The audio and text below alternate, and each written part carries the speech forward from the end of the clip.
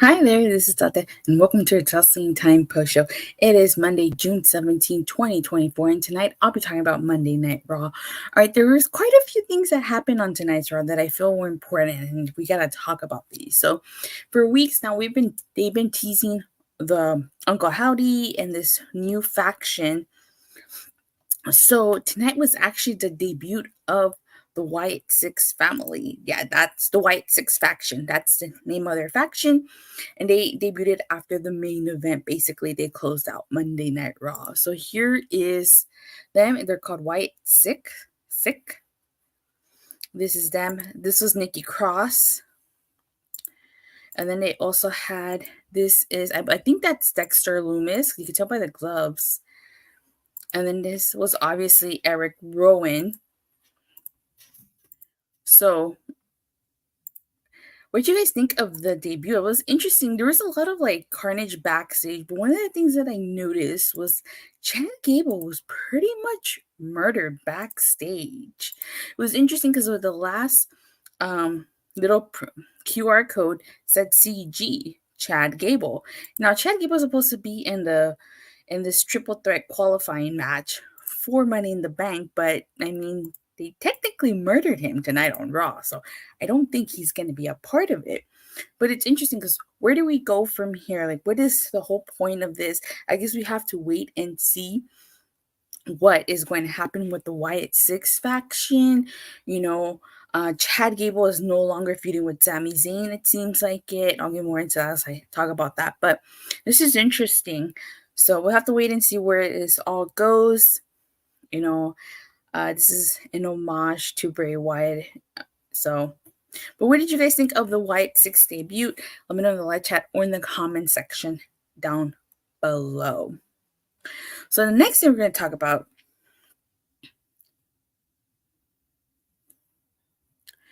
is this Drew McIntyre promo. Like, he was supposed to go out. I don't know what he was gonna say, but he goes out and he basically says screw WWE, he quits the company, and then he confronts Triple H backstage, and apparently he's deleted all social media.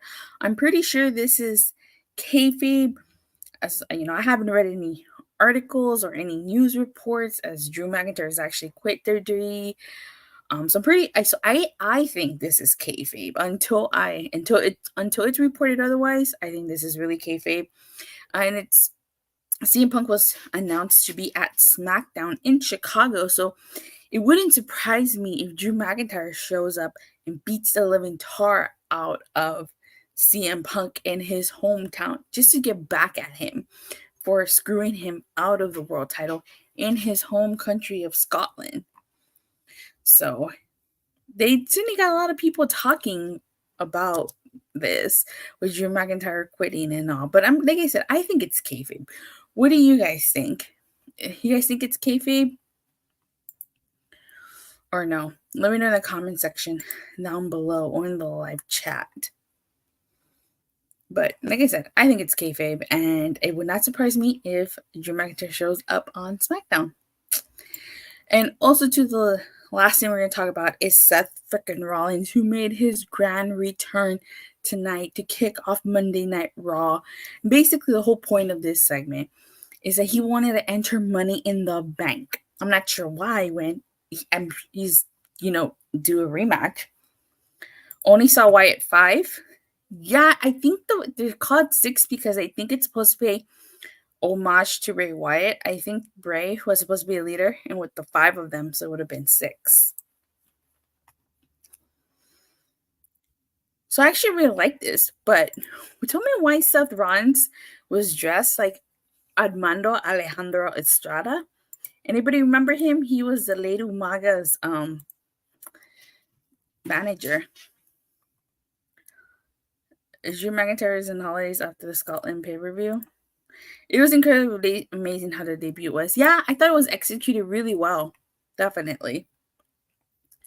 So basically, we find out that at Money in the Bank, it's going to be Seth freaking Rollins versus Damian Priest. Now, this is interesting because I do think Damian Priest is probably going to beat Seth Rollins. I don't see them giving the title to Rollins if Gunter is going to win later on, either at SummerSlam or at Bash of Berlin. In the words of Armando, I remember he said, "My name is Armando Alejandro Estrada. Everybody, ha ha, listen to me." I remember him. But so I'm actually looking forward to Damian Priest versus Seth Rollins. And one of the things that Damian Priest brought up was the fact that Damian Priest was Seth Rollins' first challenger for that world title. So, and Priest even admitted that Rollins beat him. But now we're going to see. I think Judgment Day is going to play a factor into all of this. That's for sure. All right. So we get the first Alpha Academy backstage segment. And basically, like, Chad Gable wants another opportunity at the IC title. And Adam Pearce basically tells him that's his 5th loss and that he needs to go to the back of the line. So I feel like Wyatt 6 attacking Chad Gable and murdering him is probably a way to maybe, like, not maybe write off Chad Gable, or maybe, slowly move him into a faction with the Creed brothers. Seth didn't do anything to earn an opportunity. Typical WWE lazy booking. I disagree. He is owed a rematch. He did lose to Drew McIntyre. So he's owed a rematch. We find out that Chad Gable's opponent is Braun Strowman. Now, Braun Strowman was just tossing Chad Gable around like a rag doll here. And he was basically like punishing him and calling him a bully and basically saying that Alpha Academy did not need to take, his shit any longer. Now, at the end, Chad Gable, he slapped Tozawa and Otis finally shoved him, but he didn't really attack him. They just walked away from him. I really wanted to see Otis attack Chad Gable, like, get his just desserts on him, but that didn't happen. And then, like, later on in the night, Alpha Academy's like packing and Chad Gable finally expels them. So I still think somehow, some way, we're going to slowly put Chad Gable with the Creed brothers, as it should happen. And then somehow, some way, he's going to get back to that IC title. Or at least that's what I think this is going to go. I'm not entirely sure what Chad Gable and the Wyatt 6 would do as a feud. We get a Judgment Day segment, and this segment is interesting for a couple of reasons. One, Dom is looking for his purple cow vest, which makes an appearance later on in the night. And then Priest asks Finn Balor what he would do if he gets the briefcase. Now, I like the fact that Finn Balor says that he'll cash in and become champion, but he pauses and then says on Cody. So I thought that was interesting because I think that if Finn Balor were to win Money in the Bank, he would possibly cash in on Damian Priest. Like I said, I think Damian Priest and that title are going to be the catalyst for the split of Judgment Day. We get the first Money in the Bank qualifier is Kiana James versus Io Sky versus Zelina Vega. I thought this was a decent match. Now, it seems like they're setting up Zelina Vega and Liv Morgan, because during this match, Liv Morgan came out, and she came out with Dominik's purple cow vest. You guys remember last week, during the match on Raw, Liv Morgan came out and like she fell on Dominik. It was during Judgment Day's match, and like Zelina Vega attacked her. So I feel like obviously I knew Io was winning. Yeah, I think she was winning too. So I feel like it's gonna be Liv Morgan versus Zelina Vega at Money in the Bank, just based on where this whole thing is going. So, and Io Sky is victorious. I wonder if she can make it 2 for 2. Win Money in the Bank 2 years in a row. But yes. And we get a Sami Zayn promo, which was also interesting because, again, we know for a fact that we're moving on from Sami Zayn versus Chad Gable. And two people come out, and it's Braun Breaker and Sheamus. Now, Sheamus, as we all know, has been chasing that Intercontinental title for a while now. And Braun Breaker also says that he wants that title. And will pretty much kick Sheamus' ass for standing in his way. And you know where this is going? Sami says he's going to talk to Adam Pearce to make a match. Now, I actually was looking forward to this match, Sheamus versus Braun Breaker, but I questioned as to who was going to win this and whether this was going to have a clean finish. And I was, let me see. Tiffany's definitely winning Money in the Bank. Tiffany's definitely, two people. Yeah, I think Tiffany's winning too. We get a quick interview with the Unholy Union, and they're basically just talking about how they will take out anyone who gets in the way of their titles. And it's funny that Shayna Baszler and Zoe Stark interrupts, because Shayna Baszler points out the fact that she made Jade Cargill tap out. Now, I don't know if that was a botch.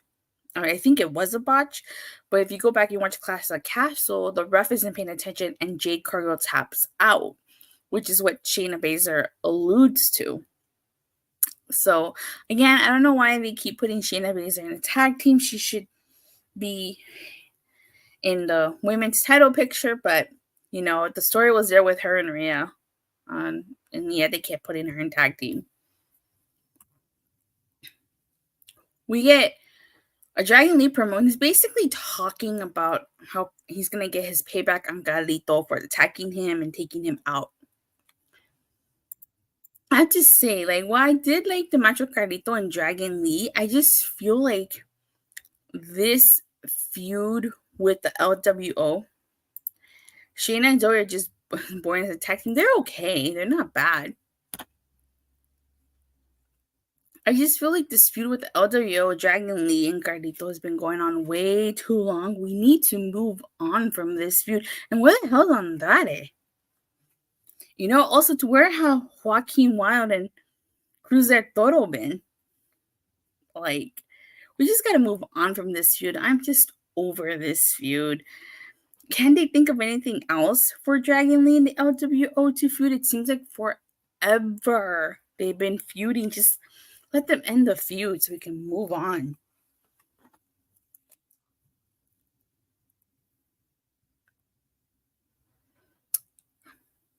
So we get the second Alpha Academy segment, and with this one, Alpha Academy, Otis basically tells Chad Gable that they're done, and he expels them. So again, I still think this is slowly by little. We're gonna get Chad Gable and the Creed brothers and Ivan. Personally, I would have liked it so much better if Chad Gable had the Creed brothers and Ivan attack and beat down Alpha Academy and Maxine Dupree. I personally would have liked it a lot better than what we got, but that's just me. I'm over this feud as well, and I'm over seeing Ray and Dom. Yeah, me too. I'm just over it. So, and I do like the fact that Chad Gable brings up the fact that he's going to do something that Otis was never able to do. Win Money in the Bank and become world champion. As we all know, Otis won Money in the Bank, but he never got the opportunity to become world champion because The Miz took the briefcase from him.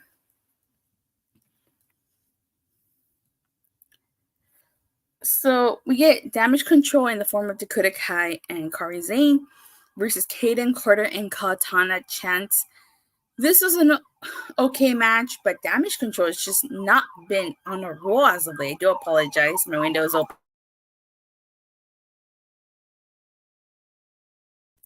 They have not been on a roll. The following segment that followed, Io Sky is yelling at Dakota Kai, and Karrion saying that things need to change. She would change them. So I wonder if she means by that they're gonna get rid of Dakota Kai. So I mean, they already got rid of Bailey. I wouldn't surprise me if they get rid of Dakota Kai too. Or maybe Io Sky leaves Damage Control. But I think that the faction is probably gonna get rid of Dakota Kai. So we'll see where that goes. Sheamus versus Braun Breaker, which was actually a pretty decent match. But thanks to Ludwig Kaiser, this match ends in DQ. So technically that means Sheamus won. You know, Sami Zayn is watching this from commentary. And there's this spot where Ludwig Kaiser, he's running one side of the ring and Braun Breaker's running on the other side, and he spears Kaiser. So I feel like we might get a triple threat. It's going to be, I think it's going to be Sami Zayn versus Braun Breaker versus Sheamus at Money in the Bank for that IC title. And then this way, either Sheamus or Sami can take the pin and Braun Breaker doesn't have to get pinned and he could still lose the match. At least that's what I think. You know, I mean, I wouldn't mind Sheamus versus Sami Zayn, but just based on this finish, I feel like that's what's going to happen. It's going to be a triple threat match. Sheamus and Breaker couldn't afford a loss. I did love the camera angle of Kaiser and Braun running around the ring. Me too. That was a really great camera angle. And yeah, neither of them could afford the loss, which is why this match had to end in DQ.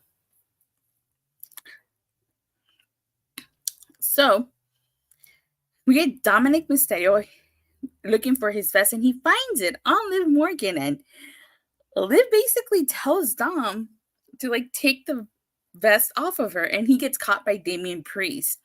So we still don't know if like what happened between Liv Morgan and Finn Balor, or if anything happened between them. But I feel like she's trying to not only take Dominik from Rhea Ripley, but she's probably trying to take her place in Judgment Day, little by little. We get Karrion Kross in the New Day. Basically, he challenges the New Day to a one-on-one match. Either Kofi or Woods, one of them stays in the back. Now, one thing I did notice is that Xavier Woods was going to respond. But Kofi Kingston responded before Xavier. I wonder how Dominik's wife feels about the storyline of him and Liv. I'm sure she doesn't mind it. I'm sure she knows the nature of the business. So I wonder if this means we're finally, after all this time, going to split up the New Day and have Xavier Woods maybe turn heel. Because they've been teasing, Karrion Kross has been teasing, like splitting Xavier Woods up from Kofi Kingston. Maybe it's time the New Day split up and they do something else. What do you guys think? Is it about time that the New Day splits? Should they stay together? What do you guys think? Let me know in the comment section down below or in the live chat. But New Day has been getting stale. I think so. I feel like they've done a lot. They were the longest reigning tag team champions. They've accomplished together. I feel like it's time for them. You know, they don't have to officially split, but maybe just go their separate ways. You know, I know in the past WWE had that whole thing where one person in a tag team turns on another. New Day isn't the same without Big E. Yeah, it's true. They haven't been the same since without Big E. I still think that feud with Imperium would have been all three members of the New Day versus all three members of Imperium, but unfortunately that didn't happen. And we probably would have gone in Gunter versus Big E. I really hope that they don't do the whole classic, someone's going to attack their tag team partner. I mean, maybe. They probably will. That's probably how it's going to happen. Maybe Xavier Woods just shoves Kofi Kingston. Who knows? But I do think that Xavier Woods is going to be the one to turn heel here. I don't think Kofi is. And so the main event ends up being the men's qualifier. It's Jey Uso versus Finn Balor versus Rey Mysterio. And I thought this was a pretty decent match. Like, my favorite spot in this whole match was when Rey Mysterio did the 619. He did the 619 to Balor in the gut, and then he did the traditional 619 to Jey Uso. But then I like when he did that double 619 to Jey Uso and Finn Balor. That was a really cool spot. And of course, because you guys know triple threat matches don't have any DQ, Carlito, JD, and even Dominik get involved in all of this, and so does Braun Strowman. And I also like the finish to this because you had Finn Balor doing the coup de grace to Rey Mysterio, and it looked like he had the match won, but then Jey Uso does the Uso splash to Finn Balor, and Jey Uso is victorious. No surprise there. Between the three of them, I felt like Jey Uso was more than likely to win this. And then at the end, we get a debut of the Wyatt Six, which I already talked about at the beginning. So, with that being said, I thought tonight's Raw was actually pretty interesting. I feel like it started off a little slow and then it picked up. So, with that being said, based on everything that happened with the return of Seth Rollins, Drew McIntyre quitting, and the debut of the Wyatt 6, we had some good matches on here. I'm going to, from a scale from a 1 to a Sean Spears perfect 10, I'm going to go ahead and give this an 8. I thought it was a pretty decent Raw. Like I said, a lot of interesting things happen, so we have to wait and see where all these angles go. But with that being said, 6 out of 10. Okay, show, very newsworthy show. Yeah, definitely a very newsworthy show. All right. So with that being said, thank you guys all so much for watching and for the continuous support. Please don't forget to like and subscribe. Make sure you hit that bell so you can get notified whenever I go live or release a new video. And as far as NXT is concerned, I'm gonna admit here, I'm pretty curious to see who of TNA is in that battle royal.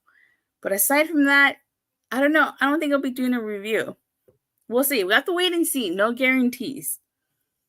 And then, if I don't see you guys tomorrow, for sure I'll see you guys Wednesday after 8-Day Dynamite. Bye.